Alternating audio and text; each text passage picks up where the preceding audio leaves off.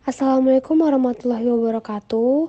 Di sini kami dari kelompok 3 akan menjelaskan tentang aspek perpajakan dalam akuntansi aset tetap dan aset tak berwujud yang beranggotakan oleh Nur Atika Putri, Yerista Lestari, Nabila Elvina Firani, Ardila Sari, Herlidia Boru Siregar, dan Nadia Lavela.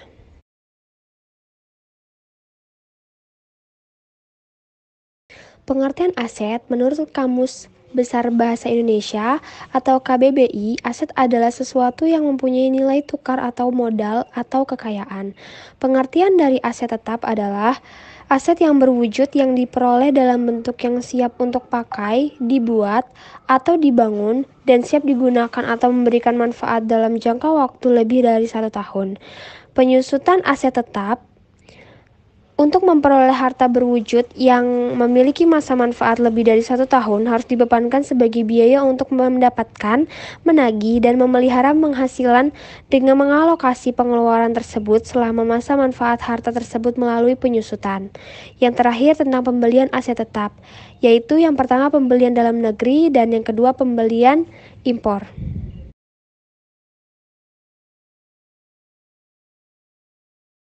Sewa aset tetap, yang pertama finance lease, kedua operating lease, ketiga sales type lease, 4 leverage lease. Jenis sewa yang diakui perpajakan, yang pertama sewa dengan hak opsi, kedua sewa tanpa hak opsi.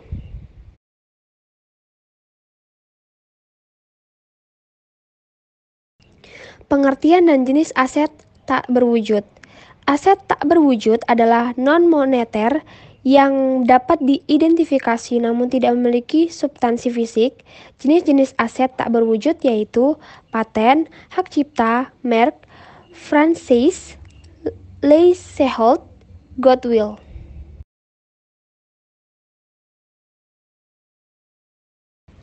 Metode amortisasi yang pertama adalah metode garis lurus. Metode garis lurus menghasilkan jumlah beban penyusutan yang sama setiap tahun sepanjang umur manfaat suatu aset tetap.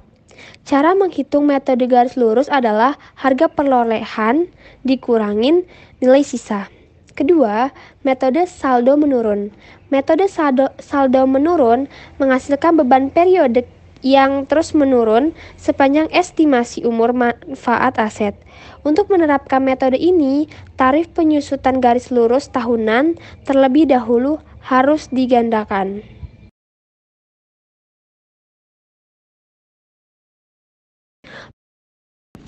Pengelompokan aset tetap tak berwujud dan tarif amortisasi. Kelompok 1, masa manfaat 4 tahun, tarif amortisasi garis lurus 25%, tarif amortisasi saldo menurun 50%. Kelompok 2, manfaat 8 tahun, tarif amortisasi garis lurus 12,5%, tarif amortisasi saldo menurun 25%. Kelompok 3, masa manfaat 16 tahun, tarif amortisasi garis lurus 6,25%. Tarif amortisasi saldo menurun senilai 12,5%. Kelompok 4, masa manfaat 20 tahun, tarif amortisasi garis lurusnya 5%, dan tarif amortisasi saldo menurunnya senilai 10%.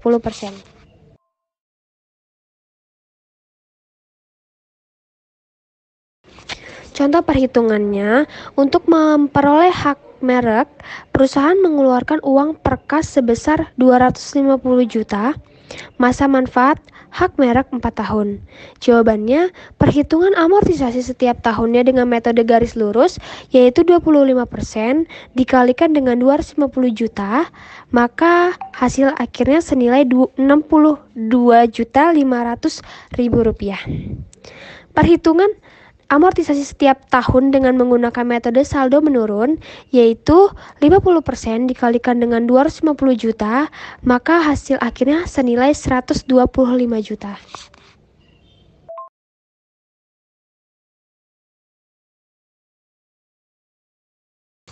Kesimpulannya yaitu, aset tetap merupakan salah satu hal yang paling penting bagi perusahaan. Selain digunakan untuk kegiatan operasi perusahaan secara terus-menerus, aset tetap juga merupakan salah satu kekayaan yang dimiliki oleh perusahaan. Aset tetap juga memiliki beberapa kriteria, yaitu berwujud, memiliki umur manfaat lebih dari 1 tahun, digunakan untuk operasional perusahaan dan tidak diperjualbelikan serta material. Perlakuan aset tetap berdasarkan PSAK 16 dan kebijakan perpajakan memiliki beberapa perbedaan di antara mulai dari biaya perolehan sampai dengan penyajian pada laporan keuangan. Perbedaan yang paling signifikan terletak pada metode penyusutan, umur manfaat, dan pada saat dimulainya penyusutan aset tetap. Pada saat penyajian laporan keuangan, berdasarkan akuntansi dengan laporan keuangan fiskal, nantinya juga terjadi perbedaan dalam jumlah aset tetap yang tersaji karena laporan keuangan fiskal nantinya akan dilakukan rekonsiliasi fiskal yang dikoreksi baik koreksi negatif maupun koreksi positif. Sekian presentasi dari kelompok kami. Terima kasih. Wassalamualaikum warahmatullahi wabarakatuh.